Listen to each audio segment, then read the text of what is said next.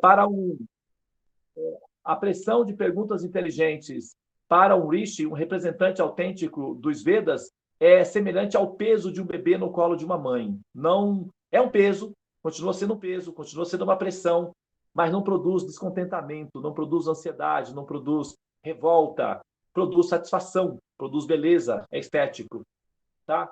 Então, levantar o peso para um halterofilista não é algo do qual ele tenha que se lamentar quando chega em casa, não é? Então, assim, para os representantes védicos autênticos, perguntas inteligentes, desafiadoras, elas são sempre bem-vindas e agradáveis.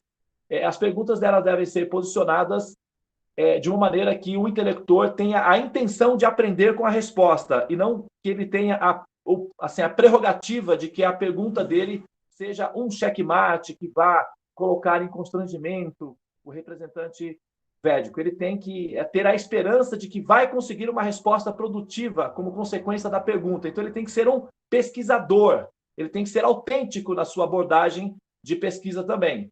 Então, assim, a gente consegue identificar quando uma pergunta ela é colocada de forma produtiva e quando ela é simplesmente o ressentimento de uma alma condicionada que não consegue resolver a própria questão e que, então, transfere esse ressentimento para o seu mestre, para o seu orientador, é como se não houvesse uma solução já premeditada ou que não houvesse uma possibilidade de uma solução coerente e apresenta isso como uma frustração existencial muito mais do que como uma pesquisa de um pensador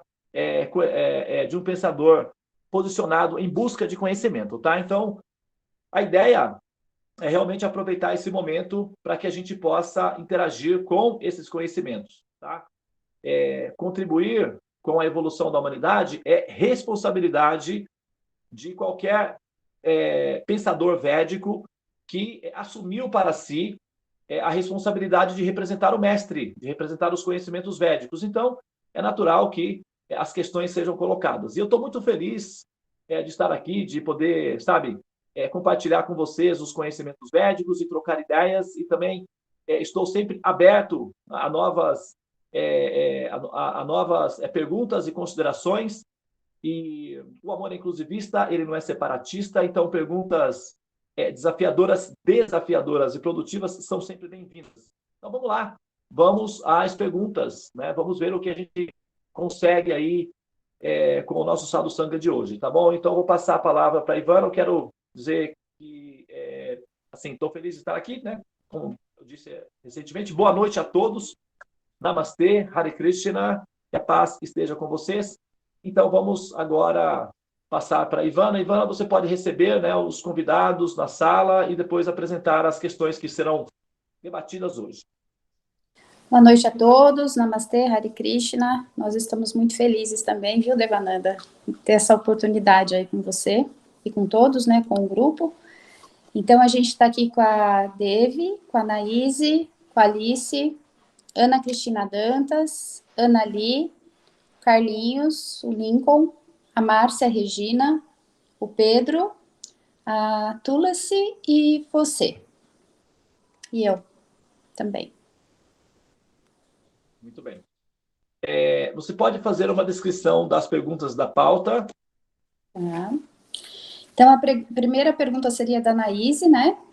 A Anaíse questiona. É dito que a alma está adormecida no Brahma Jyotir, sonhando que está no mundo material. Há uma metáfora no filme Avatar sobre essa situação. No filme, o personagem interage com seu avatar com pessoas de outro planeta. Fazendo um paralelo, é correto dizer que, como almas, estamos interagindo uns com os outros apenas como avatares? E cada alma estaria sonhando o próprio sonho sem interação real no Brahma Jyotir?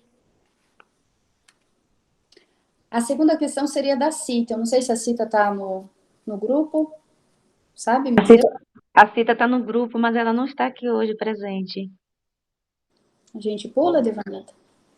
Pulamos a pergunta dela, vamos eliminar as perguntas dos que estão presentes, dar a prioridade para aqueles que estão presentes, e aí, sobrando tempo, a gente aborda a questão que foi, se houver interesse, né, se tiver alguém no grupo que se interessa pela pergunta dela, pode representá-la então. Mas, até então, fica para o final da fila. Tá. A segunda pergunta, então, seria do mantra, né? Golokera Premadama Harinama Sankirtana. E o questionamento é: não seria sectário, separatista ou exclusivismo religioso esse mantra que diz que não haverá outra maneira a não ser cantar os santos nomes do Senhor puramente para liberar-se dos ciclos dos repetidos nascimentos e mortes? Daí a terceira pergunta, a quarta pergunta seria da Bianca, mas a Bianca falou que não estaria aqui hoje também, né?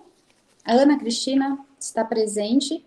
Ela pergunta o porquê do jejum. A Carolina, eu não sei se está presente, mas acho que não, né? Não, não está presente. A Mandira também hoje não está aqui, né? E o Carlinhos que pergunta: Oi, Devananda, tenho uma dúvida a respeito de quando entoamos mantras referentes aos planetas, o que acontece com a gente? Seriam essas. A gente teria as questões da Carolina, da Mandira e da Bianca também, e da Cita, mas elas não estão hoje aí presentes. O Carlos está presente na sala? Carlinhos está. Tá bom, então. Então, Tá aí, né, Carlinhos? muito bem. Então, vamos responder, primeiramente, as perguntas dos presentes e depois a gente vê o que faz, né? Se sobrar tempo, a gente entra nas perguntas dos que não estão presentes. E se for interessante, a gente vai por ordem de importância, né? Então, vamos lá na pergunta da Anaíse. Veja bem, primeiramente, nós temos que contextualizar isso daí, porque a pergunta dela, ela é uma pesquisadora de um conceito sofisticado no compêndio do conhecimento védico, que é o conceito de simulação de realidade. Nós estamos, inclusive, desenvolvendo um cronograma de estudos e de investigação dos Shastras, que são as escrituras védicas, que apresentam a realidade, ou o chamado mundo material, como sendo parte de um mecanismo de simulação que é um reflexo da inteligência do Criador como princípio de compaixão para que esse aspecto da existência dele, que são as jivas, possam realizarem-se nas suas intenções de vivenciarem a experiência de serem seres detentores de poder, tá? Então, isso tudo está explicado dentro do Teorema dos Sonhos, que é um sistema de conhecimento que nós estamos trabalhando nele, né? Para apresentar como o que se chama de Siddhanta ou Vedanta. Então, nós estamos apresentando um Vedanta ou um Siddhanta. Um Vedanta ou um Siddhanta é quando o estudante, né, ele rastreou o sistema de conhecimento védico e ele consegue produzir uma teoria final acerca dos Shastras, do conhecimento védico, para dar uma explicação produtiva acerca de Deus, acerca da criação, acerca do sentido do ato de existir. Então, isso chama-se Siddhanta. Siddha significa a perfeição, e Anta significa a conclusão. Então, Siddhanta significa a conclusão perfeita, ou uma teoria final do conhecimento. Tá? Então, sempre que se apresenta uma conclusão ou uma teoria do conhecimento védico, isso chama-se Siddhanta. Então, o Teorema dos Sonhos é um Siddhanta. E dentro do Teorema dos Sonhos, uma parte da explicação prevê que as almas emanadas do Criador, elas ficam em stand-by, elas ficam em estado de suspensão. Esse estado de suspensão é o equivalente do que nós, como ela mencionou aí, Brahman Jyotir. Esse Brahman significa o absoluto, Jyotir, a luz. Então, Brahman Jyotir significa a luz divina, ou a luz de Deus, né? Então, a refulgência do corpo do Senhor Supremo produziria, então, um estado de luz, né? Que esse estado de luz, ele, por falar em luz, a minha luz aqui, acho que interferiu aí para vocês a luz? Não, está escuro aí ou está ok? Aqui abaixou uma luz aqui. Tá ok. Ok. Tá ok? Então, vou continuar sem ela mesmo. Eu falei na luz, caiu uma luz ali. Mas, então, o Brahman Jyotir, que se refere à luz do Criador. Então, a partir da refulgência do corpo do Criador, dessa pessoa inteligente, desse ser criativo, então emana-se uma refulgência. E essa refulgência é o que nós chamamos de luz, ou que nós entendemos como sendo o absoluto, Deus. Quando a pessoa medita no Supremo, quando se fala Deus, o que a pessoa pensa? Ela pensa numa luz infinita. Essa luz infinita é conhecido dentro dos Vedas como Brahman Jyotir. E esse Brahman Jyotir não se refere à pessoa propriamente dita, que é a fonte criadora. Não se refere à pessoa Deus, refere-se a um atributo do Criador, que é a sua refulgência, a sua luz corpórea. Tá? Então, assim, só para a gente entender como é que as coisas são apresentadas dentro do Siddhanta védico, dentro da explicação védica. Agora, do que é formado essa luz? Porque quando nós pegamos aqui luz, né, luz não é simplesmente abstrato. A luz, né, nós estudamos a luz, nós observamos a luz. E no nosso caso aqui, a luz, a gente olha, né, ela parece ser impessoal, ela é onipenetrante, né, ou seja, não onipenetrante, mas ela se espalha, né? E aí nós queremos entender o que é a luz. Então a gente vai lá e estuda a luz. Atualmente nós temos equipamentos que podem captar a luz, estudar a composição da luz, etc. E nós chamamos luz de fótons. Então são pequenos filamentos, né? Assim, praticamente ondinhas em determinados momentos e pontinhos em outros. Então a luz tem esses comportamentos paradoxais, mas é formado, vamos colocar para facilitar, várias centenas de milhares de bolinhas, todas próximas uma da outra, emitindo uma refulgênciazinha. E aí, imagina você que o sistema solar tenha vários sóis, né? Vários sóis. E todos eles estão a uma certa distância um do outro e emitem luz. Então, você tem um ambiente hiperiluminado, com vários sóis. De fora, você não consegue enxergar as bolinhas, que são os sóis. Só dá para enxergar a refulgência, né? O brilho produzido por esses sóis. Por exemplo, quando a gente olha lá, né, para a galáxia, para fora, nós vemos estrelas. Essas estrelas, na verdade, elas são galáxias combinadas, né? E ela produz uma quantidade de luz. Então, a uma certa distância, a gente só vê a homogeneidade da luz. Quando a gente chega perto, nós vemos a variedade dos corpos que produzem essa luz. Semelhantemente, à distância do Criador, nós vemos apenas luz. Mas quando nós adentramos na sua realidade interna, aí vemos a variedade. E uma delas é o seu aspecto pessoal. E aí nós temos o Paramatma, ou seja, a alma suprema. Então, essa refulgência que se emana do corpo do Criador, é formado de pequenas centelhinhas, pequenas bolinhas luminosas. E essas pequenas centelhinhas são sementes existenciais, chamados Atmas, ou Jivatmas, ou centelhas divinas, ou centelhas existenciais, centelhas vivas, centelhas espirituais, centelhas vivas, ou almas, são os Atmas. Esses Atmas, eles são numa quantidade assim incontável, é uma quantidade ilimitada, infinita. E a combinação de várias Atmas em estado de suspensão no ar forma a refulgência do corpo do Senhor. Então, a refulgência de Deus, basicamente, é formado por pequenas centelhinhas ou alminhas, né, como o Mário costuma mencionar. Acho que o Mário não está aqui hoje, mas, eventualmente, ele costuma mencionar, né, as alminhas do Senhor. Então, são pequenas alminhas que elas têm uma refulgênciazinha, porque elas são expansões do Criador, e, como consequência disso, elas são semelhantes, né, ao Criador. Então, elas têm uma refulgência. E a quantidade infinita de almas combinadas formam essa refulgência do Criador. Tá?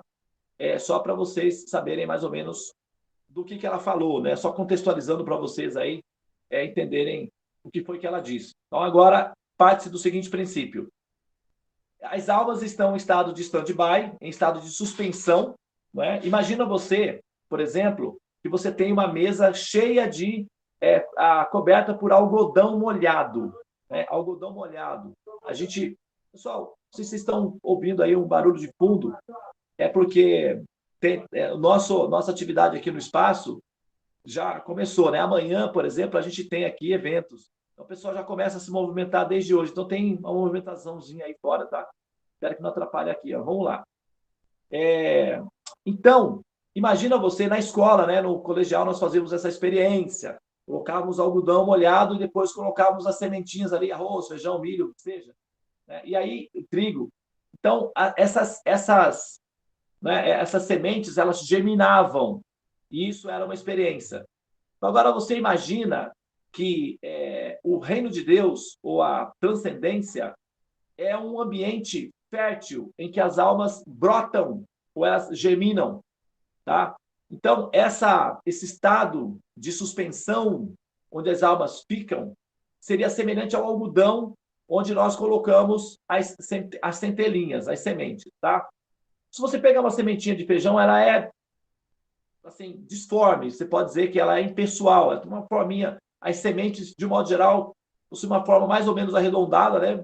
Algumas variações, mas elas são aquilo, né? Elas não têm uma forma muito variada, né, na sua estrutura. Elas são umas bolinhas.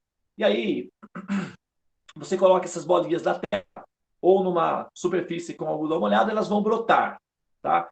Então, a alma, quando elas são emitidas ou elas são emanadas a partir do êxtase existencial do princípio Deus, do ser Deus, essas almas, essas centelhinhas, então, elas pousam, elas repousam num ambiente fértil onde elas florescerão, onde elas germinarão, tá? Então, da mesma forma que se você pega lá, vamos imaginar aqui uma sementinha. Dentro dessa semente tem toda a estrutura tecnológica para formar uma árvore variada, com folhas, com cores, com flores, com um sistema de osmose, com tecnologia assim meio tipo mágica, né? Tecnologia mágica, isso é mágico. A gente sabe como é que funciona, então nós chamamos de ciência. Mas é um adjetivo, né? A ciência é só porque nós sabemos como funciona a magia. Mas é simplesmente mágico. É mágico. Você pega uma centelhinha, ali dentro você tem todo o sistema de tecnologia que você pode produzir uma floresta a partir desse... Isso é mágico. Nós chamamos de ciência porque nós sabemos como a magia funciona. Toda vez que nós descobrimos como funciona a magia, nós adjetivamos isso de ciência. Mas não deixa de ser mágico o sistema todo. Então, a gente tem aí, dentro de uma centelhinha, disforme, ou não disforme, mas uniforme, né, sem muita variação, uma variedade absurda de possibilidades, de cores, de sabores, etc.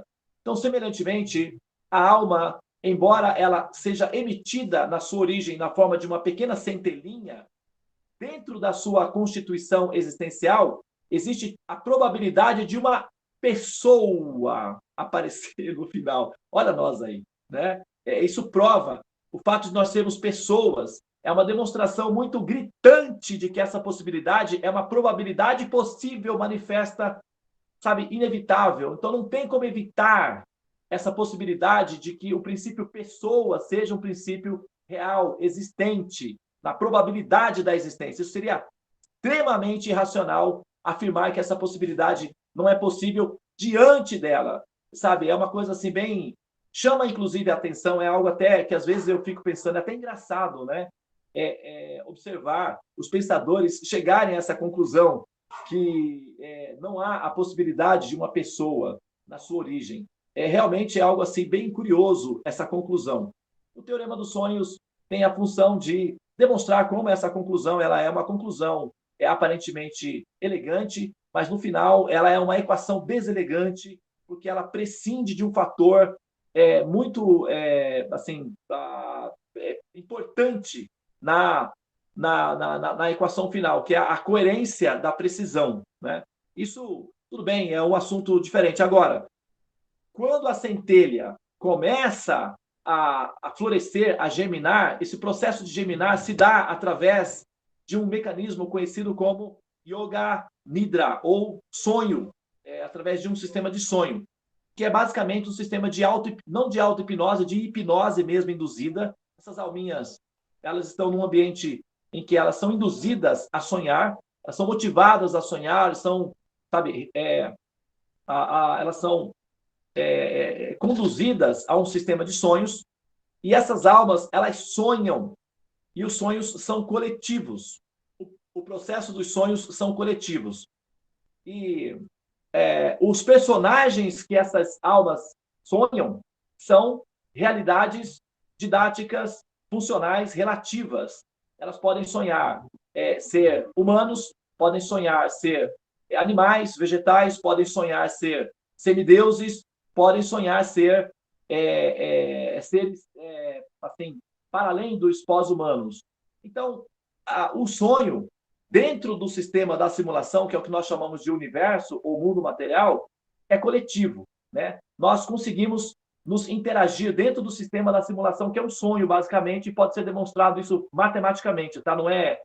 Essa afirmação não é uma afirmação esotérica, não, tá, pessoal? Não é uma afirmação com base no esoterismo ou na psicologia da religião. Não é isso, tá? Hoje em dia nós já temos dados científicos ou matemáticos para demonstrar que aquilo que nós chamamos de realidade se trata de um sistema de simulação em andamento. Existe uma confusão na cabeça da comunidade científica no momento, porque isso necessariamente requer uma inteligência criativa programando isso para acontecer dessa forma. E, bom, agora a questão é quem está fazendo isso e por quê. E essa resposta eles ainda não têm. Então, existe aí uma vertigem, né, no momento dentro da comunidade científica, mas a realidade ela é um fato definido já, não tem mais como evitar essa afirmação de que nós estamos diante de uma simulação de realidade, tá? Os Vedas estão muito bem adaptados para dar uma explicação de como é que isso funciona e para que isso funciona. Então, a gente tem uma certa segurança na hora de falar do assunto, e nós não estamos tateando no escuro, como quem quer saber da Matrix, o que é, como é, não. Nós temos todas as informações à disposição, então, tá tudo bem. Tem um propósito para isso e a gente está simplesmente interagindo com esse princípio proposital final. Então, de fato, as almas elas estão aí em stand-by, induzidas por um sistema de hipnose a sonhar. E quando elas sonham nas suas categorias, nas suas condições existenciais. Por exemplo, nós, nesse momento, sonhamos que somos seres humanos. E aí acreditamos que somos seres humanos e conseguimos sustentar essa realidade durante, atualmente, a média de 70 a 100 anos. Então, nós conseguimos sustentar essa afirmação por 70 a 100 anos. E, eventualmente, essa afirmação ela é desconstruída com a dissolução do corpo, que é uma rede funcional, é uma terapia de grupo com o propósito de produzir alguns seres capazes de entender a motivação do sonho e despertarem na sua condição de centelhas eternas, de almas eternas no reino de Deus. Então, essas que conseguem despertar, quando elas despertam, elas já estão florescidas na transcendência como pessoas do reino de Deus e simplesmente despertam com a experiência única de um estado presente absoluto, porque na transcendência não há a conjecturação de passado e futuro, existe um estado presente contínuo. Então, quando a alma desperta no chamado reino de Deus, na transcendência, a experiência de futuro e de passado é uma experiência inexistente na configuração. Essa configuração ela só existe assim por uma logística funcional para cérebros de 3 dimensões, que é o cérebro humano. Mas a noção de passado e presente e futuro, a própria teoria da relatividade geral desconstrói isso daí, né, de ideia de futuro e de passado. O que existe é um presente absoluto, né, ou pelo menos uma ideia de presente, e essa ideia de presente ela é compartimentalizada entre passado e futuro. Mas, do ponto de vista da transcendência, não existe conjecturação na relatividade geral. A relatividade geral ela é ineficaz, ela é eficiente na transcendência, então ela não tem validade dentro da transcendência, ela só é válida dentro da simulação. E quando o ser desperta no reino de Deus, ela tem uma noção absoluta de presente, então ela nunca saiu dali, porque ela sempre esteve no momento presente. Tá? Então não há essa percepção de que em algum momento ela esteve fora da realidade da transcendência, até porque ela nunca saiu realmente, né? Ela apenas sonha que sai. E sai para onde? É uma simulação. Simulação não ocupa lugar no espaço. Então, a alma sempre está na transcendência, ela sempre está no reino de Deus. Só que, no estado de condicionamento, ela acredita estar num chamado mundo material que, em termos matemáticos, atualmente, não é possível determinar como sendo real. Por isso que o ateísmo é um fóssil filosófico e o ateu é ainda um fóssil vivo. Então, se você quer estudar um fóssil vivo, aproveite para olhar os ateus, falar com eles, porque eles ainda existem. A tendência é que eles desapareçam com o tempo, tá? Porque o ateísmo depende de que o mundo material seja objetivo, de que ele seja real. Nós já temos informação de que ele é uma simulação. Logo, não há matéria. Não havendo matéria, não há materialismo. Não havendo materialismo, não há ateísmo. Não havendo ateísmo, ele se torna um fóssil. Logo, o ateu é basicamente um fóssil filosófico, um fóssil vivo, que pode ser estudado ainda online. Temos tempo para isso, tá? Então, é isso. Ok? Eu aproveitei para colocar algumas coisas a mais aí, mas... enfim. Valeu, né? E o finalzinho? Como é? O finalzinho da pergunta. A alma tá... Nós estamos dormindo lá. O sonho... Estamos sonhando que estamos aqui, né? E a interação é só dos avatares ou a interação é alma e alma? Estão interagindo? Quando você fala, quando nós falamos, a interação é absoluta, ela é completa. Entretanto, uma parte dessa interação está em estado de stand-by. Por exemplo, quando você está na cama, então você né, a consciência é transferida para uma projeção, né, para um plano projetado, que é uma simulação, que é o sonho. Então, ali dentro, você interage com outras pessoas, tá? E essa interação não é que ela não seja real. Aquelas pessoas, elas são reais. Ali dentro do seu sonho, ela é uma projeção, né? Está em função do seu sonho em si. Só que quando você acorda na sua cama. E você não acorda da mesma forma como você se deitou. Normalmente você acorda alterada. Os sonhos produzem conhecimento. Os sonhos produzem informações, sensações. Então você não volta igual. Você volta diferente. Apesar de você não ter saído da cama, você volta para ela. Isso é um paradoxo. Em que você volta para um local de onde você não saiu. E você volta, inclusive, alterada. O que é um paradoxo ainda mais radical. Mas isso tudo é possível, a gente observa que isso é possível. Então, a interação é das almas. As almas interagem. Só que uma parte da alma permanece à distância, em stand-by. A parte da consciência, que é quando você está ali consciente, interagindo com a realidade, essa parte, todas nós, mesmo no estado de condicionamento, manifestamos. Né? Agora, por exemplo, nós estamos conversando aqui. E isso é uma conversa que está acontecendo dentro de um sistema de hipnose, de uma simulação. Então, tecnicamente, nós estamos, entre aspas, ou pelo menos em parte, acordadas dentro do sonho, falando sobre ele. Então, é uma espécie de sonho lúcido, tá? Essa experiência aí. Nós sabemos que se trata de um sonho. O fato de nós sabermos se tratar de um sonho não altera a realidade. Nós não temos o potencial de alterar a realidade simplesmente porque nós sabemos que se trata de uma simulação. A nossa consciência de que é uma simulação não altera a simulação, ela continua funcionando com as mesmas atribuições a qual ela foi construída originalmente. A única diferença é que nós passamos a interagir com a simulação de maneira mais produtiva, para buscar o despertar e sair dessa simulação, porque ela tem uma função didática, ela tem uma função pedagógica. E essa função pedagógica ela é melhor alcançada quando você sabe o que está acontecendo. Quando você não sabe o que está acontecendo, aí você acaba ficando redundante. E quando você sabe, aí o processo fica mais produtivo e rápido. E com isso você desperta, não tendo mais que nascer na condição da ignorância, que é a situação, que é a condição do ser humano, do chamado ser humano. É uma condição de ignorância. É uma transição. Ele nasce em condição de ignorância, ele vai adquirindo conhecimento gradual que permite com que ele, então, se ilumine ou desperte. E quando isso acontece, ele simplesmente está liberado da terapia, que é nascer como ser humano. Tá? O mantra de exaltação ao mestre espiritual é Om Gyana Timirandasya Gyananjana Shalakaya.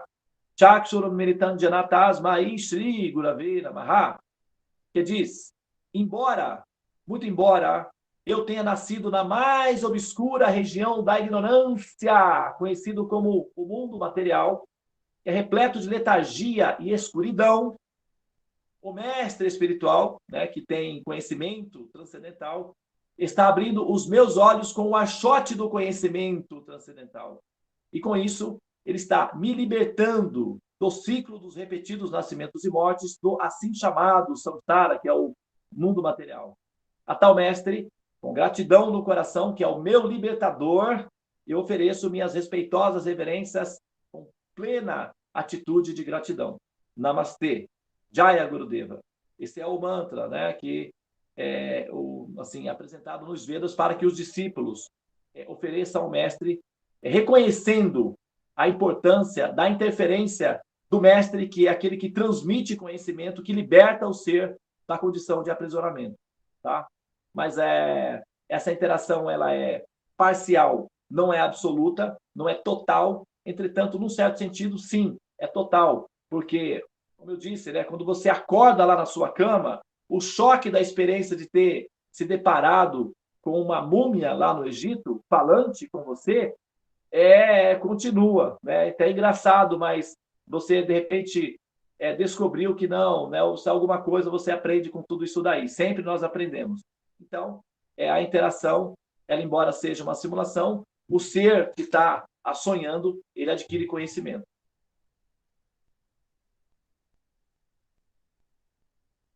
Ok? Excelente. Ok. Quer falar alguma coisa, Pedro? Não. Tá. Vamos para a próxima, então. A próxima seria do mantra, Devananda. Golokera Premadana Harinama Sankirtana. Ah, tá. Verdade. Golokera Premadana Harinama Sankirtana. Coloca a crítica, por favor, Ivana, que é feito em relação. Tá.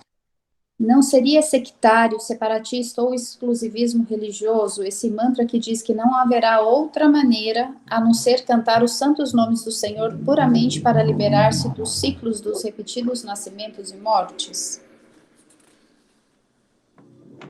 Então, que o mantra, ele diz Golokera Premadana Harinama Sankirtana Kalona Siva Nasiva Nasiva Yatira Nyata. Ele diz, não haverá outra maneira, não haverá outra maneira, não haverá outra maneira. Então, para libertar-se do ciclo do samsara, que não seja o cantar puro, né, dos santos nomes do Senhor. Então, o mantra, todo o sistema do conhecimento védico, ele é extremamente inclusivista, tá? O resultado final dessa natureza inclusivista do conhecimento védico é que você vê, por exemplo, né, a Índia absorve todas as religiões, todos os impactos. Não é? O cristianismo, por exemplo, varreu a Europa, né? Todos ficaram cristãos, né? A América Latina. O islamismo varreu o Oriente Médio, todos ficaram, mas quando o islamismo e o cristianismo chegaram na Índia, eles foram absorvidos pela cultura védica. Eles não foram repelidos, eles foram absorvidos. Eles é que tentaram queimar os livros, quebrar os templos, porque eles são bárbaros, né? Eles são ignorantes. Os livros de base de conhecimento teológico que eles têm ensinam violência, né? Agressividade. Então, são livros com fundamentalismo, com algumas barbaridades que não estão presentes na cultura védica. Então, eles chegam lá, querem queimar os livros, querem destruir os templos, porque é isso que eles aprenderam dentro com, né, o sistema teológico deles. Então, eles vão agir dessa forma, meio abusiva, né? E com o tempo, eles descobrem que não tem nada a ver. Eles acabam desistindo, né? Porque eles progridem, eles evoluem. E a evolução faz necessariamente com que eles renunciem à barbárie e à violência e se adapte às relações mais naturais. Então, agora, veja bem, o que acontece? Todas as pessoas, quando estão professando ou quando estão apresentando um sistema de religião ou de conhecimento, têm o direito natural de apresentar aquele sistema como sendo o melhor sistema, ou como sendo o sistema mais eficaz, ou como sendo o método mais eficiente para se alcançar um objetivo. Tá? Isso é um direito que todos os sistemas de conhecimento têm. Por quê? Porque se você não tiver na sua pauta essa convicção, você não consegue levar adiante o paradigma, você não consegue plantar esse paradigma. Ele só não pode ser plantado com violência, porque aí é uma infração das regras. Está fora do campo do debate. Por isso que os cristãos e os muçulmanos, com as suas práticas de violência, estão destinados a se tornarem mitologias no futuro. Né? No futuro próximo, as religiões que se baseiam em sistemas de violência são ultrapassadas naturalmente, porque o ser humano evolui, e ao evoluir ele fica mais pacífico. Então, as religiões fundamentadas em violência se tornam mitológicas no futuro. Tá? Tem religiões, por exemplo, como os egípcios, eles tiveram uma religião por 4, 5 mil anos. Um sistema de religião que funcionou por 4, 5 mil anos. Os gregos, por centenas de milhares de anos, os gregos se basearam num sistema de religião que é a mitologia grega. E nós temos um sistema atual de 2.000 anos, que é o cristianismo, o islamismo de 1.500 anos. Então, eles são basicamente recentes em relação ao que a humanidade já vivenciou. E, assim como os sistemas antigos de 4, 5 mil anos sucumbiram e se tornaram mitologias, não tem nada que impeça que esses sistemas fundamentados em violência teológica também se tornem meras mitologias do futuro. Tá? Então, no momento, ainda existe uma vigência, mas a estatística, né, os estudos históricos de religiões que se tornam mitológicas demonstram que o cristianismo e o islamismo existem assim, uma alta possibilidade de eles virem a serem entendidos no futuro da humanidade como mitologias que foram importantes, que foram produtivas, que realizaram a sua missão, mas que deixaram de ter a sua função social na medida em que a humanidade progrediu, tá? Que é a mesma coisa que se dá com as mitologias do passado. Bom, agora, quando o campo do debate é honesto, livre de violência, e nesse campo do debate todos são autenticamente liberados para fazer essa afirmação. Por exemplo, só para dar um exemplo simples aqui, eu posso dizer para todos, posso aparecer publicamente e falar: a minha filha é a menina mais linda do planeta Terra. O meu filho é o menino mais lindo do planeta Terra. Eu tenho total direito de fazer isso. Não tem nenhum ser humano na Terra que tem o direito de me desautorizar a fazê-lo. Eu posso fazê-lo e não tem nenhum ser humano que possa dizer que eu não possa fazer isso e que eu estou errado. Então, essa é uma verdade absoluta. Eu posso afirmar isso como verdade absoluta e não tem nenhum ser humano na Terra capaz de me derrotar filosoficamente em relação a essa afirmação, porque isso é uma afirmação baseada num princípio de amor. Então, isso é possível. Agora, se eu disser que a minha filha é a única mais bonita e que não há outras que sejam mais bonitas, então aí isso pode ser relativizado. Isso é um fato, isso pode ser relativizado. E aí eu estou criando um sistema de exclusivismo. Então, quando se fala, por exemplo, quando as religiões ou os mestres falam que não haverá outra maneira, não haverá outra maneira, não haverá outra maneira, dentro do próprio sistema de conhecimento védico ou de cultura védica, existe uma variedade tão grande de formas de liberação que, se o mantra tivesse a pretensão de ser impositivo, ele seria contraditório com relação à própria estrutura de conhecimento védico, que é variado. Só que cada variação tem a sua autorização para afirmar que essa variação é a variação mais perfeita ou a única que produz a perfeição. Isso faz parte do jogo do debate do amor, da sedução dos pensadores. Todos os pensadores têm o direito de afirmar: esse caminho é o caminho mais perfeito e é o único que produz uma perfeição de precisão absoluta. Todos os pensadores têm o direito de fazer isso. Agora, eles terão que demonstrar como é que isso se procede. E com isso eles podem seduzir os aprendizes. É assim que se formam as correntes filosóficas. É assim que se forma as escolas filosóficas, as escolas teológicas, baseados em afirmações védicas defendidas pelos seus advogados, que são os rishis, ou os mestres. Tá? Então, essa afirmação é uma afirmação que não tem... Porque você tem que entender a afirmação dentro do contexto da cultura védica. Porque se você não inserir dentro do contexto de cultura védica, realmente você pode fazer a crítica de um evento sectário. Porém, quando você contextualiza dentro da variação da cultura védica e do direito autêntico que os mestres têm de fazer afirmações absolutas para defender as suas causas e assim liberar as suas almas, sabe?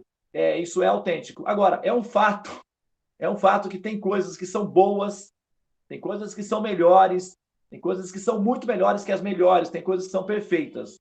Dentre as coisas boas, dentre as coisas perfeitas, dentre as coisas muito eficazes que existem dentro das probabilidades da cultura védica, os santos nomes do Senhor Supremo, o Mahamantra, desponta unanimemente, reconhecido pelos sábios de diferentes linhas filosóficas, de diferentes escolas religiosas. Todos eles admitem que o Mahamantra ele é supremo, ele é a suprema auspiciosidade para a entidade viva. Sejam escolas filosóficas impersonalistas, sejam karmakandis, ou sejam da linha exclusivista ou linha de Bhakti pura, ou devoção exclusiva ao Senhor Supremo. Tá? Todos os pensadores, os rishis, apontam que os santos nomes, o Mahamantra, é supremamente auspicioso. Isso é unânime. Tá? Então, quando o mantra fala que não haverá outra maneira, não haverá outra maneira, não haverá outra maneira, subentende-se que ele está dizendo não haverá outra maneira mais bela, mais perfeita, mais encantadora, mais profunda, mais rápida, mais intensa, mais eficaz, que não seja o cantar dos santos nomes do Senhor. Tá? Então, você tem que ir por essa direção para poder entender dessa forma, senão você vai tecer uma crítica que ela é verdadeira, mas ela é inoperante, ela é ineficaz, é uma crítica superficial e ela tende a manter o crítico no limbo ou num pântano de ignorância, porque ele vai curtir essa crítica, vai permanecer iludido no pântano dessa ignorância da crítica e vai cair numa prisão conceitual filosófica e não vai conseguir ir para frente nem explorar as outras probabilidades, porque ele caiu no pântano, aí ele sucumbiu, aí ele virou fóssil, aí ele ficou parte do pântano, e o pântano é útil porque produz petróleo, produz matéria-prima que vai, sedimentar o chão, enfim. O adubo também é necessário, mas não é a parte superior da planta. A parte mais graciosa da planta é a flor. O adubo ele é necessário, mas não é fundamental. Ele é necessário, é fundamental, mas ele não é a parte mais graciosa da equação. Então, você tem que ver exatamente o que você quer com essa crítica. Se você quer entender a profundidade do mantra ou se você quer simplesmente rejeitá-lo. Então, pegar ou largar. Isso vai muito da decisão individual do jogador, tá?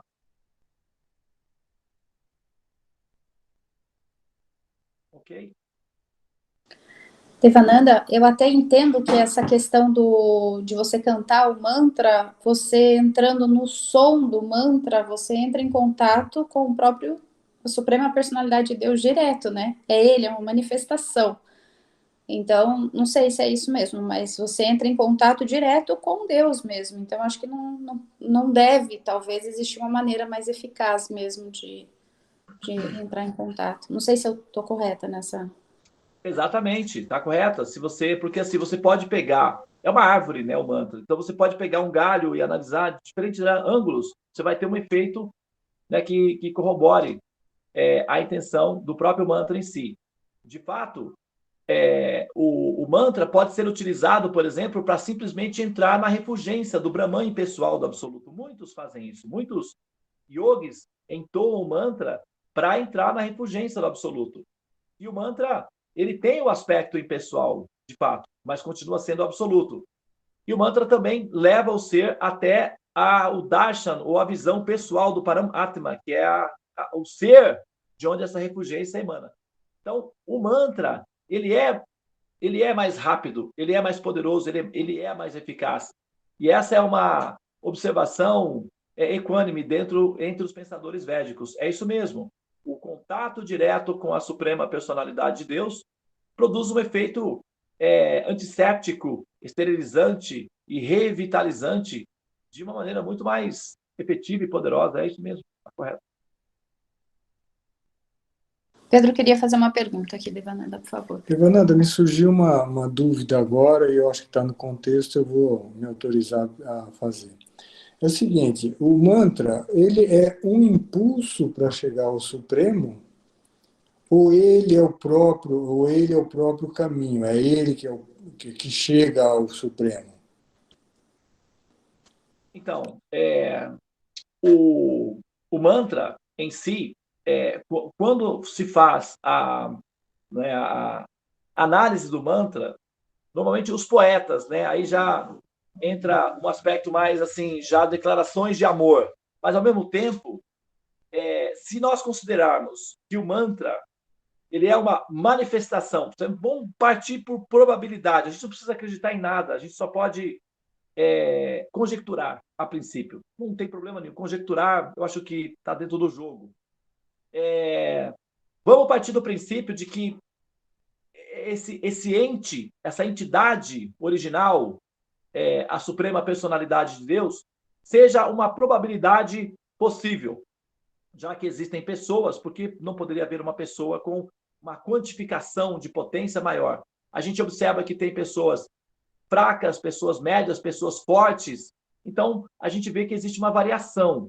E por que nós não poderíamos apostar que haveria uma pessoa com uma probabilidade de potência maior? Como probabilidade, vamos colocar assim. E aí vamos considerar que dentro dessa probabilidade incluísse a possibilidade desse ente ser absoluto, eterno, continuamente presente. Então, o mantra védico, partindo dessa probabilidade, tem um mantra védico que faz a seguinte afirmação: Om Purnan Purna Purnaidan.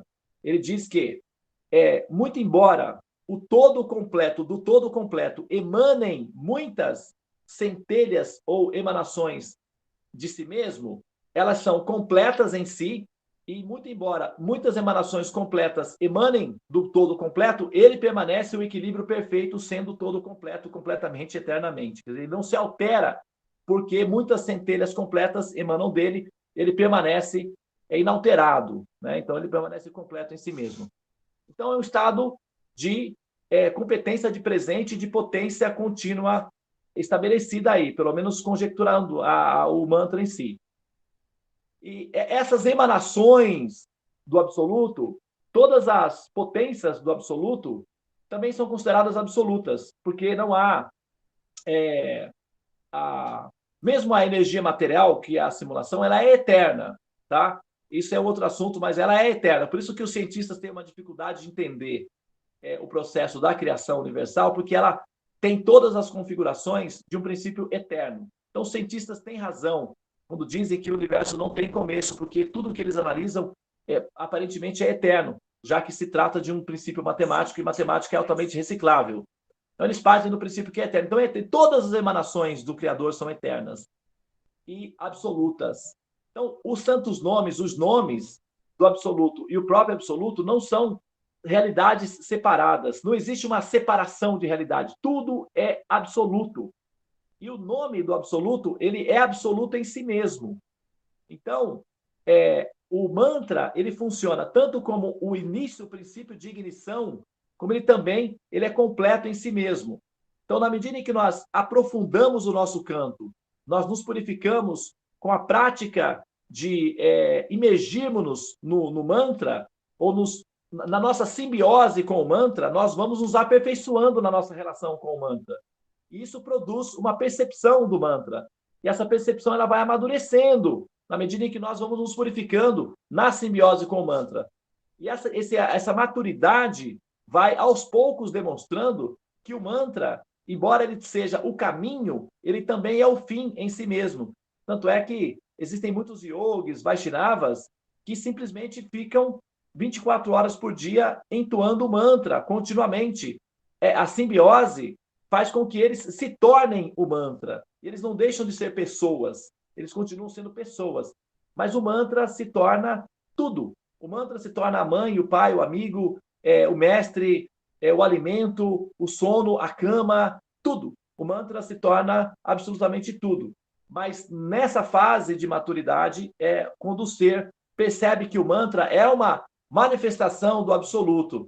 Então, ele é capaz de produzir todas as funcionalidades do absoluto. Agora, se ele atua dessa forma, é uma outra coisa, porque todas as emanações do absoluto são completas em si mesmas.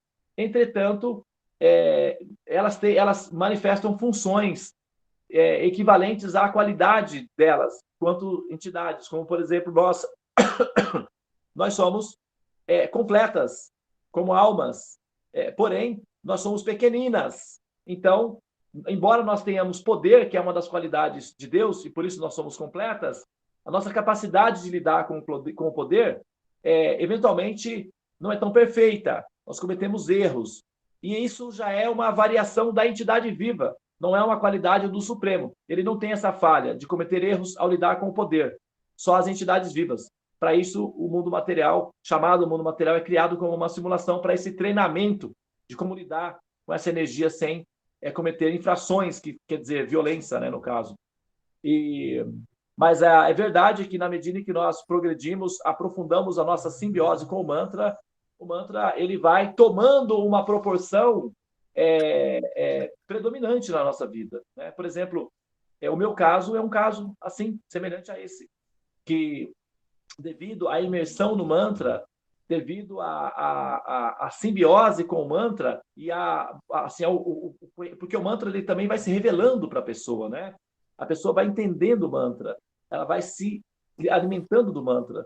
Então, ela desenvolve um conhecimento acerca do mantra. E nesse caso, acontece que em algum momento o ser entende que esse mantra ele tem a forma e a potência de libertar um ser, ou seja, eu mesmo. Então, como o mantra é absoluto, ele pode automaticamente libertar qualquer ser da Terra. E se ele pode fazer isso, por que então não permitir ou não facilitar para que os seres entoem os santos nomes e assim eles se libertem do ciclo dos repetidos nascimentos e mortes? Então, esse cálculo matemático, ele provém naturalmente do estado de compaixão, porque um ser que pensa dessa forma, ele está motivado por princípios de compaixão. Ele está, de certa forma, livre da letargia e da preguiça e da ignorância, porque no estado de letargia, o ser não quer fazer esforço. Então, por que ele vai se preocupar em despertar a humanidade? Porque isso vai dar trabalho, ele vai ter que... aquela coisa toda. Então, é melhor não se envolver, é melhor ficar neutro. Isso é letargia. Então, a liberdade da letargia faz com que a pessoa esteja predisposta a sair a campo, libertar as almas. E o ato de libertar as almas já é um rompimento com a letargia. E romper com a letargia é casar-se com a liberação. Então, eu acho que vamos ter festa de casamento aí em alguns momentos. Eu acho que algumas pessoas vão ficar querendo se casar aí com essa transcendência. Eu acho que isso é o que nós temos que fazer mesmo, sabe? E Deva, completando ainda mais uma pergunta, existe um número ideal de entoações do mantra? E outra coisa, quanto mais você entoar, mais você vai estar próximo? Ou existe alguma coisa que o excesso não vira nada? É as duas coisas, né? Que é um paradoxo. A quantidade pode não virar nada, pode inclusive ser um gesso pode se transformar num comodismo, na preguiça da religião, e quando nós estamos acostumados à prática da religião, nós terceirizamos a responsabilidade para a religião e fazemos as coisas no automático, o que acaba sendo uma espécie de letargia autorizada e tolerada, portanto, ela fica parecendo ser ok, mas no fundo ela não produz a libertação, ela mantém o ser estacionado. Bem como entoar os santos nomes uma única vez pode ser o suficiente para produzir no ser o êxtase do amor puro. Agora, acontece que nós estamos tão condicionadas há tanto tempo, nascendo e renascendo e morrendo e tal, que nós não temos a experiência do êxtase de amor por Deus. A gente tem a experiência do ressentimento, da ansiedade, do medo, sabe? E para que nós tenhamos a experiência de amor, nós precisamos cantar os santos nomes puramente.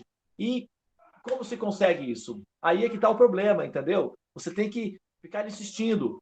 Como Jesus, certa vez, disse, né, que as orações, elas são uma técnica de insistência, de persistência. Você tem que insistir, insistir. Água mole em pedra dura, tanto bate até que fura. Mas você tem que insistir autenticamente e não por decreto da religião. Você tem que cantar tantas voltas. O decreto da religião é uma forma de pressionar o ser letárgico e preguiçoso a agir, a fazer alguma coisa. Mas o ser letárgico, ele é muito inteligente, ele transforma tudo em letargia, inclusive as técnicas da pressão da religião. Então, o que acontece? Quando o ser não quer, assim, quando o ser não quer realmente, eu acho que estou com um probleminha aqui, um segundinho, tá, pessoal? Deixa eu liberar aqui um pequeno espacinho que eu vou precisar. Mas, gente, nós já chegamos, né, ao limite da nossa, né, do nosso time, né? São 9 horas e começamos às 8h05, 7 mais ou menos, e chegamos a nesse ponto. Então, eu vou finalizar essa pergunta e vou deixar em aberto. Se alguém quiser ficar, se vocês quiserem ficar, podem ficar. Do contrário, nós declaramos finalizado o nosso Sado Sangue de hoje, tá? Só então conseguir aqui o que eu precisava. Agora, então, eu vou prosseguir. Conseguir mais espaço.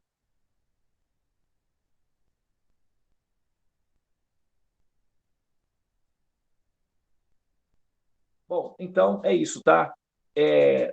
Aí nós tem um mínimo do mínimo do mínimo do mínimo do mínimo, que é o fator 108. Tá? 108 é sabe, é um padrãozinho geral, que é um padrão mínimo, que é oferecido aos cantadores, né? Aqueles que entoam santos nomes, ou mantras.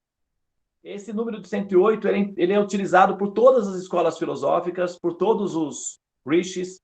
Eu acho que é uma pressãozinha que a gente aguenta, né?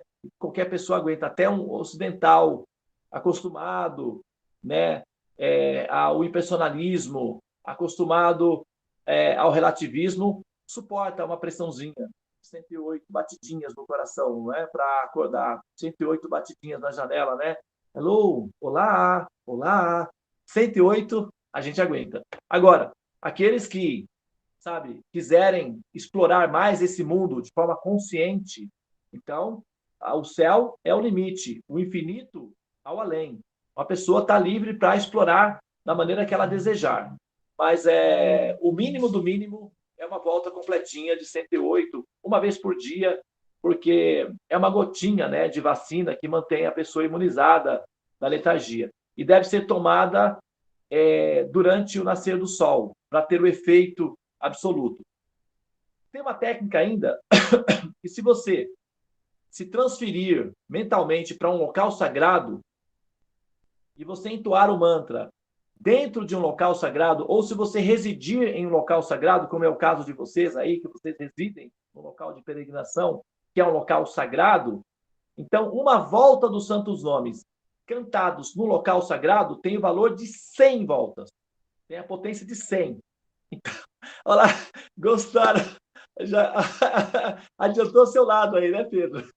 Que bom, né? Então, valeu a pena ter transformado o Via Vídeo num local sagrado de peregrinação. Já os benefícios já começaram a acontecer. Hare Hare. Hare Hare, Hare Krishna. Então, agora, se a pessoa transforma a própria casa num templo, num local sagrado, então, se ela entoa uma volta do Mahamantra de forma consciente, no momento apropriado, com o despertar da devoção, o valor se centuplica. Sempre que é feito de uma maneira consciente, no local apropriado, no momento apropriado, ele dá um benefício cêntuplo. É igual investidores da Bolsa de Valores, né? Eles ficam ali olhando, quando tem o momento certo, eles faz a compra ou faz a venda e tem o lucro. Mas tem que ter aquele momento certo, aquele time certo. No nosso caso, o nosso investimento deve ser feito sempre no Brahma Muhurta e bem acompanhado, num local limpo, com pessoas limpas, ahimsa, não violenta. Ou seja, a Sala dos Mantras é um bom investimento. Então, gente, vamos investir na Sala dos Mantras, porque o retorno é garantido. Eu estou cheio. Os rapazes aqui... Sei, fale. Não, a gente tá falando que Gratidão. ótimo, gratidão. Então. Pois é. Os rapazes aqui, eles têm um esquema deles de trade, né? Eles ficam ali, às vezes, horas olhando para o gráfico para poder fazer as operações de trade, né? Eu falei, escuta, por que você não canta o Mahamantra? Então, já que você está aí parado igual um zumbi, canta o Mahamantra. Aproveita e faz um investimento na Bolsa de Valor absoluta. Você não é investidor, então por que não investe numa coisa que dá resultado? Fica aí nesse gráfico. É verdade. Agora fica lá um ou dois lá, Hare Krishna, Krishna, com os gráficos. Cada louco tem a sua mania, né? Então deixa o pessoal se divertir também, né? Bom, gente, então acho que, olha, são 9 horas e 12 minutos. Nós cobrimos o quê? 2 perguntas, basicamente, né? Uhum. Faltariam 2 perguntas, da Ana e do Carlinhos, que estão presentes. A pergunta da Ana não é difícil, é rápida, tá? Dá para fazer em 5 minutos, né? O porquê do jejum, tá? O que acontece, gente? O jejum, ele aumenta a potência da espiritualidade da pessoa, ok? O jejum, ele é um empobrecimento voluntário. O jejum, ele significa que você está se equivalendo, que você está se tornando equivalente a todos os outros seres, até os seres mais desfavorecidos. Você está se colocando numa posição de extrema humildade, de escassez. Você está se privando e essa autoprivação tem uma função: oferecer aos demais. Então, quando você jejua com o objetivo de melhorar a humanidade, de purificar as pessoas ao seu redor. Então, é um autossacrifício suave para o bem-estar dos demais. E isso aumenta a sua potência espiritual, porque é dando que se recebe. Tá? Então, quando você priva a si mesmo para dar a outros, significa compaixão, exercício de empatia. E é isso que te fortalece espiritualmente. Certa vez, os discípulos de Jesus chegaram até ele para reclamar que teve um rapaz que estava com questões lá com demônios e tal, e que os possuidores do corpo do rapaz falaram que não iam sair, que iam ficar lá mesmo, e que estava tudo bem, que eles já estavam lá há muito tempo e que eles não iam sair. Então, eles voltaram para Jesus e reclamaram: olha, nós fizemos todos os protocolos, invocamos o seu nome transcendental e falamos tudo que tinha que falar, mas os espíritos lá disseram que não vão sair e que não estão nem aí para negócio de oração, que eles não querem saber, não. A gente faz o quê agora? Então, Jesus disse o seguinte: olha, tem certos demônios que só oração não é suficiente, você tem que colocar potência espiritual, então jejue. Então, eles jejuaram por um período, depois eles voltaram lá e fizeram o exorcismo dos espíritos.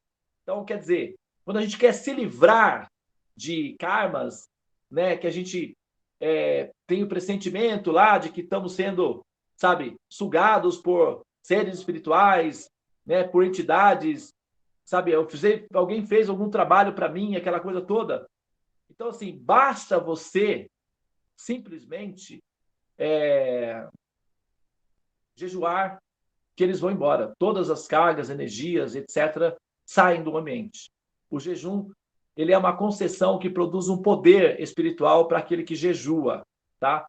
E o jejum, ele deve ser feito de maneira confortável, para que ele produza felicidade naquele que jejua também. Ele não pode ser feito de uma maneira que produza sofrimentos. Então, eles devem ser feitos de maneira confortáveis, tá? Por isso, normalmente, nós observamos jejum até o meio-dia, né?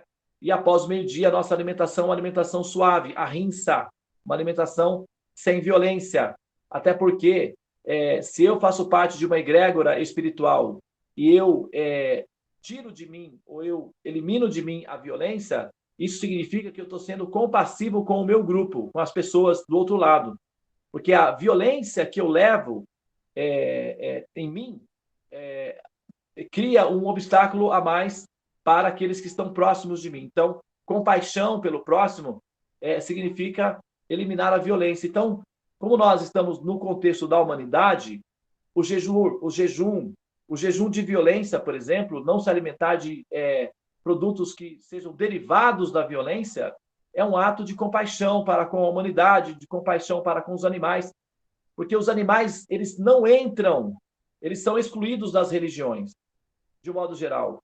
Não é assim como certas políticas, certas religiões excluem as mulheres, as crianças, os animais são absolutamente excluídos de praticamente todas as religiões. Não só são excluídos, como eles são objetos de manipulação das religiões que fazem barbáries com os animais. Então, são seres totalmente desprotegidos das leis, do sistema de proteção. Você vai encontrar um sistema de segurança para os animais dentro dos Vedas. É o único sistema de religião no planeta Terra que inclui os animais como sendo parte do sistema de proteção, que merecem a misericórdia de Deus também. De modo geral, os animais eles são extremamente agredidos e maltratados, né? Por conta, enfim, de muitos aspectos biológicos, culturais, etc. Então, jejuar é um ato que nos evolui espiritualmente e tirar jejum, né, de violência é um ato que produz bem-estar para toda a humanidade. Ok? Ivana, tá. Não. Ok, querida. É que a Miriam não estava lá, mas agora ela está. Então, as questões dela, você pode fazer. Quem? Da Mandira? Confia do Carlinhos, que eu acho que é fácil. A do Carlinhos. A da Mandira está na frente aqui do Carlinhos. Atrasadinha, mas cheguei. O que você acha, Devananda? Boa Fazer noite. outra vez? Na próxima? Boa noite, Mandira. Vamos pôr a do Carlinhos. O Carlinhos está na sala desde o início, né? Eu sei que a Mandira deve ter os motivinhos dela, mas o Carlinhos está aí, pobrezinho, esperando na fila, assim, e de repente... Não é não, Carlos? Cadê o Carlos? Mostra aí, Carlos, o seu...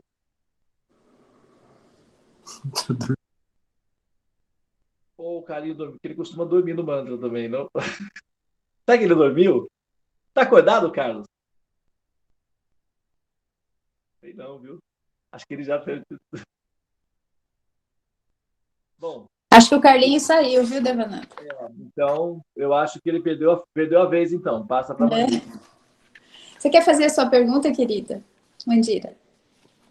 Você mesma ou quer que eu leia?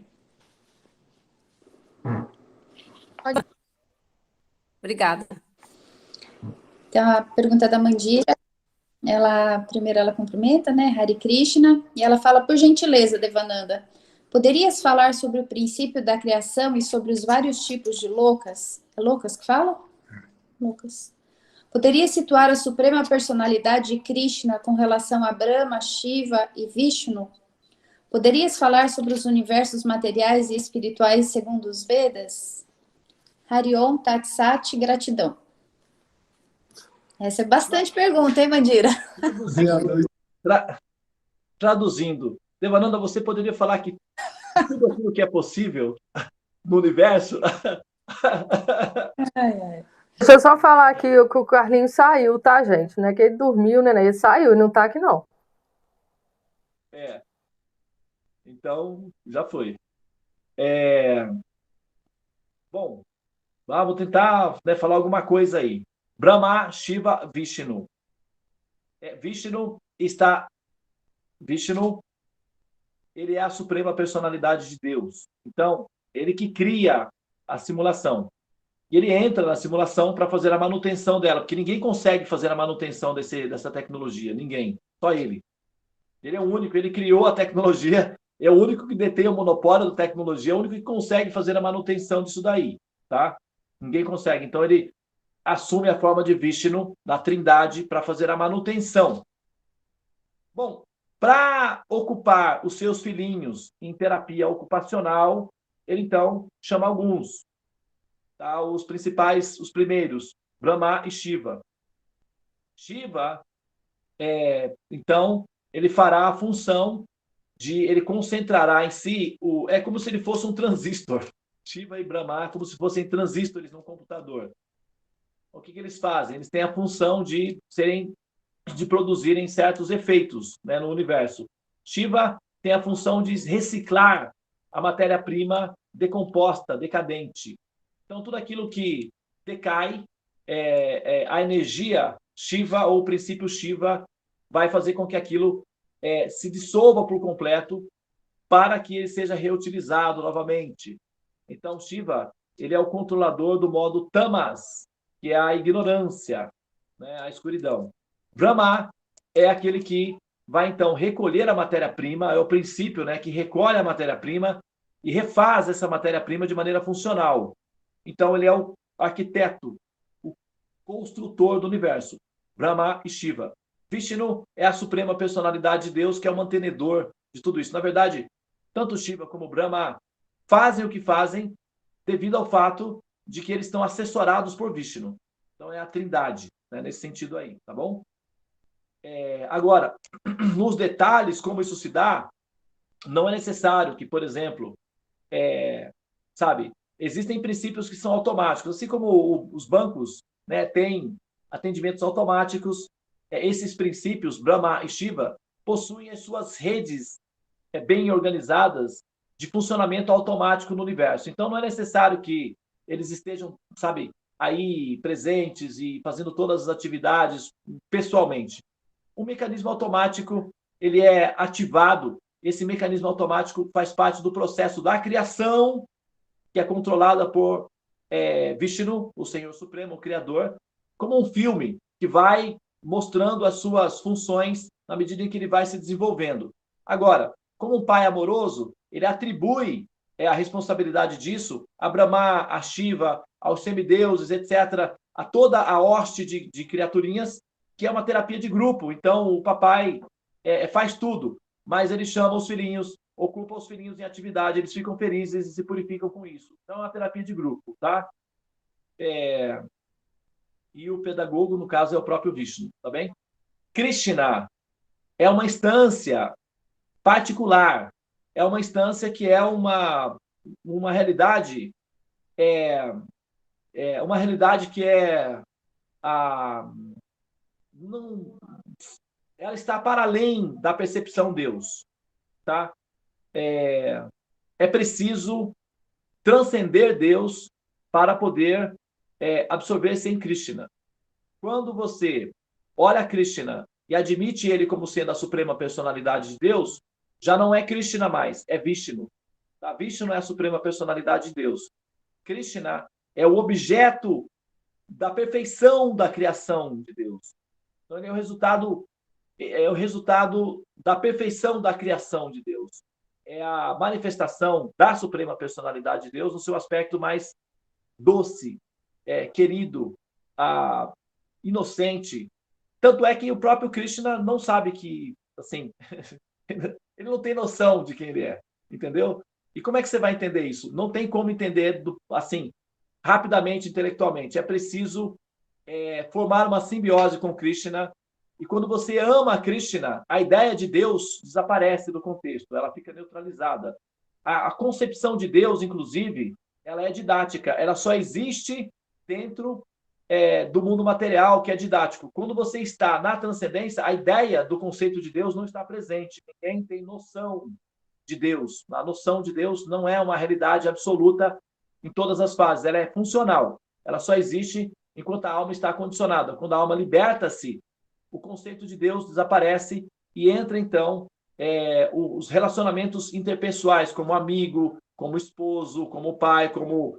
Enfim, não é mais Deus que está na operação. Já aí a intimidade determina que a necessidade da formalidade de Deus ficou resolvida na primeira etapa, que é a etapa da purificação. Então, Krishna, ele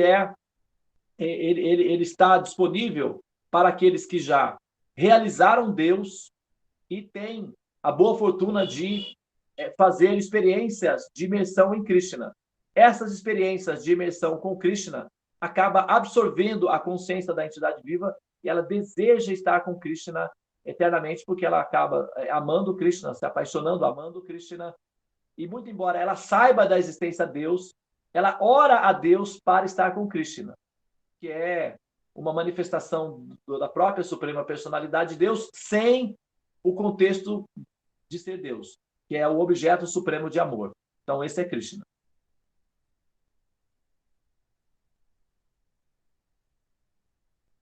Ok? Ok, Mandira?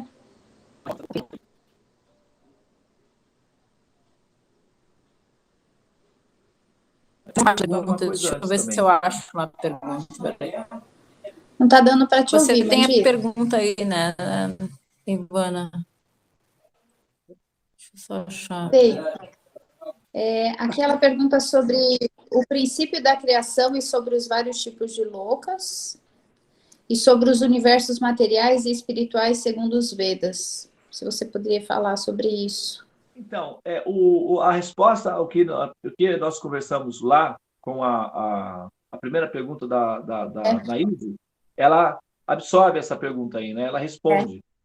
Os loucas, eles são, né, são incubadoras, né?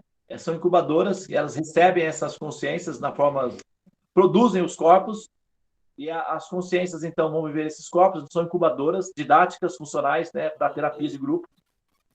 E os reinos, ou seja, a realidade absoluta da transcendência, esses locais onde as almas liberadas habitam, são de uma quantidade infinita, são ilimitadas. Eles são chamados, para a nossa nomenclatura aqui, são chamados de Vaikunthas, lugares onde não há ansiedade. Lá dentro, uma vez lá dentro, só existe uma realidade, mas você tem uma variedade de lugares habitáveis. E a variedade de lugares habitáveis são escolhidos de acordo com a variedade do êxtase de prazer, dos momentos de prazer, da variação de prazer. Porque tudo ali é estado de Ananda, tudo produz prazer. Então, onde você estiver, o resultado será que você experimentará Ananda, prazer, em um desses ambientes. Mas como existem muitos ambientes, transitar entre os ambientes é uma das atividades mais comuns dos habitantes liberados de Vaikuntha, por exemplo.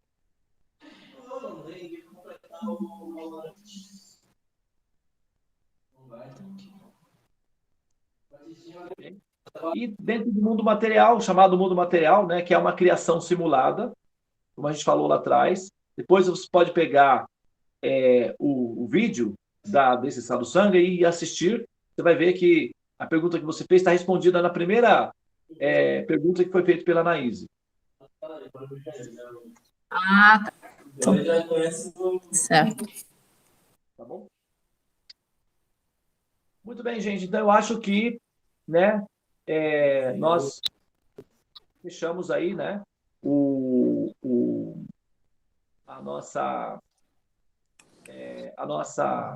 nosso sadhusanga de hoje. Se tiver alguma pergunta aí que for de interesse de vocês podem, então, se apropriar da pergunta. Por exemplo, vamos supor, a Cita deixou uma pergunta. Ela deixa de ser da Cita e passa a ser da pessoa interessada. Então, eu vou responder para uma pessoa. Tá? Eu sempre preciso de uma pessoa para responder. Então, tem que ter alguém que tenha interesse suficiente na pergunta, na resposta, a ponto de suportar a pressão de estar presente para ouvir a resposta. Eu não vou responder perguntas sem compromissos, tá? Então, tem perguntas disponíveis. Vocês podem apropriarem-se dessas perguntas e fazer essas perguntas de vocês, se for o caso. Senão, elas vão ficar aí paradinhas até que alguém se interesse por elas. Mas as respostas serão dadas sempre para pessoas. Essa pergunta da Cita, acho que foi a primeira, né, que foi lançada, porque deu uma grande discussão no grupo, né, a pergunta da Cita. Então, eu acho legal poder responder essa pergunta. A não ser que não. Então, ela, assim, porque o que acontece? Eu respondo uma pergunta feita por uma pessoa. Essa pessoa não ouve a resposta pessoalmente, não acredito que talvez a pessoa, não posso contar que a pessoa vai assistir o vídeo. Então, ela vai ouvir o que eu falei fragmentado, e com isso vai fazer uma conjecturação em cima de uma fragmentação. Vai gerar uma crítica, às vezes, muitas vezes, as pessoas podem até fazer uma crítica com relação a mim. Então, ou ela está presente pessoalmente, ou não tem resposta. Agora, vamos supor, né, você se interessa pelo assunto. Então, não é mais a pergunta da Cita, é sua pergunta. Então, aí eu respondo para você, você vai adquirir a informação, e se você quiser conversar com ela, eventualmente, passar para ela depois, tudo bem. Tudo bem, que os conhecimentos são universais, mas as pessoas são individuais. Então... eu não me interesso de ouvir essa resposta dessa pergunta. Eu pensei que era por causa da Cita, do grupo, mas para mim, não. Não, então tudo bem. Então, Deva, eu interesso pela parte da pergunta da Mandira que ainda não foi respondida, porque você falou na minha pergunta da parte espiritual, dos loucas espirituais, mas ela perguntou dos loucas materiais também. Eu também queria saber. Aí podia, então, ficar para a próxima, né? Então, vocês duas querem saber... Porque a minha pergunta falava exatamente, os falava loucas sobre materiais os mundos, também. os loucas materiais e os loucas espirituais. Então, vocês duas querem saber de coisas loucas. Sim. Aí uma coisa interessante. Todo mundo me chama de louca mesmo, tá? Você é louca, Anaís, mas adoro a sua loucura, viu? Adoro as perguntas que você faz. Ela é bem intrometidinha. Elas são boas. Gente, a minha cidade tem 175 mil habitantes, eu tenho cabelo azul. Então, eu sou a louca da cidade, claro. E você é a maior de todas, né? A cidade? A cidade é. Bom, os loucas ou locais, né? Daí talvez, né? Louca significa local, locais, né? Habitantes, habitats ou lugares habitados. São incubadoras, né? Existem os sistemas solares, alguns são estéreis, outros são habitados. Essas regiões de sistemas solares que são habitados são chamados de ilhas. Nós chamamos de ilhas. Então, esses ilhas normalmente possuem um núcleozinho, ou, às vezes, um sistema solar possui mais de que um núcleo, ou mais de que uma terra. Às vezes, tem sistemas solares que é bem fofinho, tem 3 terrinhas, assim. Então, você pode viajar de uma terra para outra. Algumas são mais avançadas, outras são menores, mas é tudo mais ou menos parecidas, né, com seres como conosco. A variação do universo, ela existe, mas ela não é tão assim variada, não. E existem sistemas planetários que são solitários, como o nosso, né, que só tem uma Terra, só tem um local habitado. Apesar de que a Lua é habitável e Marte é habitável, e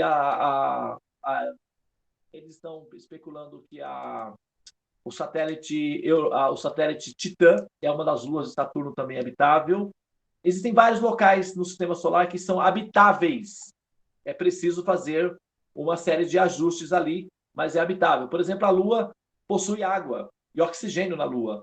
A água fica embaixo e o oxigênio fica entre as pedras. São rochas porosas que preservaram o oxigênio. Então, se você tiver uma máquina que destrua essas pedras e separa o oxigênio, você pode usar esse oxigênio para respirar. Tem um estudo que indica que a Lua tem oxigênio suficiente para manter uma população de 8 bilhões de pessoas por 100 mil anos. Então, é habitável, né? Tem oxigênio suficiente para manter 8 bilhões de pessoas durante 100 mil anos. É muito oxigênio. E água também, né? Então, quer dizer, Marte também tem muita água. Enfim, o nosso sistema solar tem muitas áreas habitáveis, só que precisa de manutenção. A Terra funciona tudo no automático, né? Então, existem, assim como numa cidade, existem bairros de classe pobre, bairros de classe média e bairros de classe alta, no universo também tem. as regiões chamadas Suargas é o equivalente de Alphaville, ou, sei lá, Morumbi, talvez, lugares ricos, Beverly Hills, né? Sei lá, coisas assim.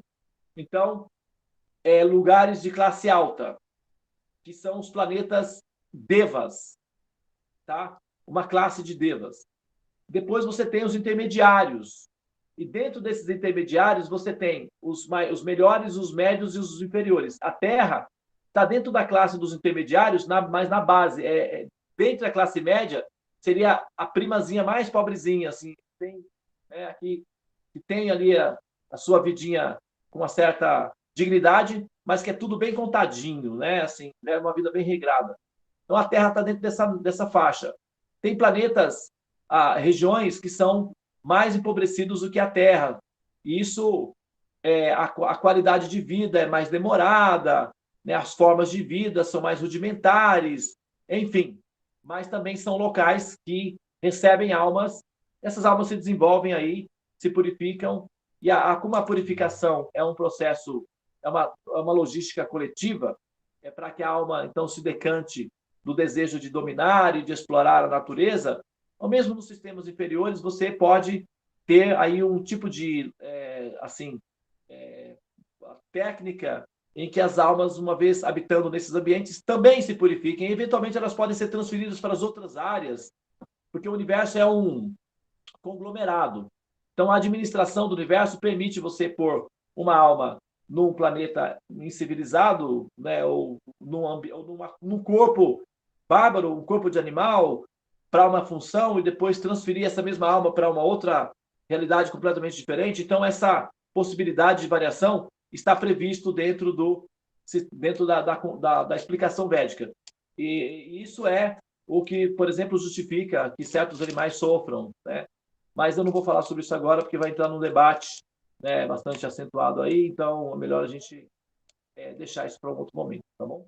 Mas então é isso, tá? Os locais, eles são incubadoras, as almas, elas sonham que estão nesses locais, diferentes locais, e os sonhos são de acordo com a experiência de piedade que essas almas produzem. Então, almas muito piedosas nascem nos sistemas superiores, as almas impiedosas nascem nos sistemas inferiores, e as almas que estão ali no intermediário, ali, que fazem as duas coisas, piedades e impiedades, nascem entre humanos. Então, a ideia é diminuir o nível de impiedade, aumentar o nível de piedade para ascender em ambientes melhores de convivência, onde a vizinhança é melhor. Tá? A vizinhança humana é meio complicadinha, viu? Melhor é mudar de bairro. Então você falou um negócio agora que gerou outra dúvida. Você, quem nasce aí na onde a gente está, quem nasce humano. Imagino quem nasce nos Suarvas lá, são devas. E quem nasce lá embaixo, nos Patala, esqueci o nome dos outros lá para baixo. Bom, numa cidade, você tem o sistema de penitenciária, né? Então, quer dizer, onde você coloca os que são infratores? Eles ficam isolados, presos, né? A liberdade é pouca. Então, eu acho que mandar algumas pessoas para lá não faria tão mal assim, não, à humanidade, viu? Então, mas são que tipos de seres? São chamados humanos também? Eles são chamados de Rakshasas, é uma classe inferior. É isso que eu queria saber. É uma classe inferior de humanidade. Não, eles... Dentro da prisão, os prisioneiros têm organização também. Inclusive, eu tive 3 pessoas que moraram aqui comigo que saíram da prisão. E quando eles chegaram aqui, a primeira coisa que eles fizeram foi deixar o banheiro muito bem limpo. E eles pegaram os outros rapazes e orientaram que o banheiro tem que ficar limpo, porque mesmo o banheiro de prisão das cadeias tem um sistema de rodízio de limpeza, que muita gente usando. Então, eles aplicaram esse princípio aqui e eu aprendi bastante com eles no sistema de organização de grupos, né? Como é que eles se organizam lá, muitas pessoas morando num lugar só fechado, se não tiver uma organização, vira caos. Então, mesmo esses habitantes de planetas inferiores possuem um sistema de organização para poderem conviver em grupo, porque senão a situação fica insustentável, né? Mas então, gente, olha só, agora sim, chegou a hora do parto. Nós precisamos de uma parteira. Quem será? Eu acho que é a Ivana mesmo, né? Que é a nossa... ela nos trouxe para a luz, ela nos dará a luz. Então, gratidão a todos pela participação, né? Muito bom mesmo. Nossa, foi surpreendente aí. E a gente podia cantar o Hare Krishna 3 vezes. O que vocês acham? Acho ótimo. Vamos lá. Todo mundo junto?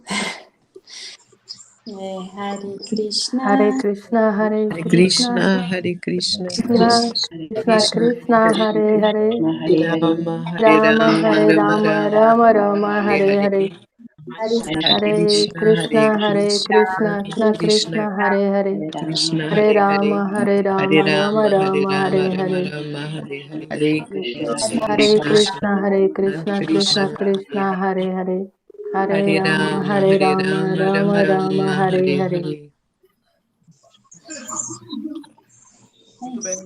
Muito obrigado a todos vocês, não é? A presença de todos vocês. Parabéns pela determinação, pela tolerância de ouvir os conhecimentos. E tenham uma boa noite. Durmam, sonhos lúcidos. Vale a pena. Tchau, tchau. Sim, seja. Gratidão. Tchau, boa noite.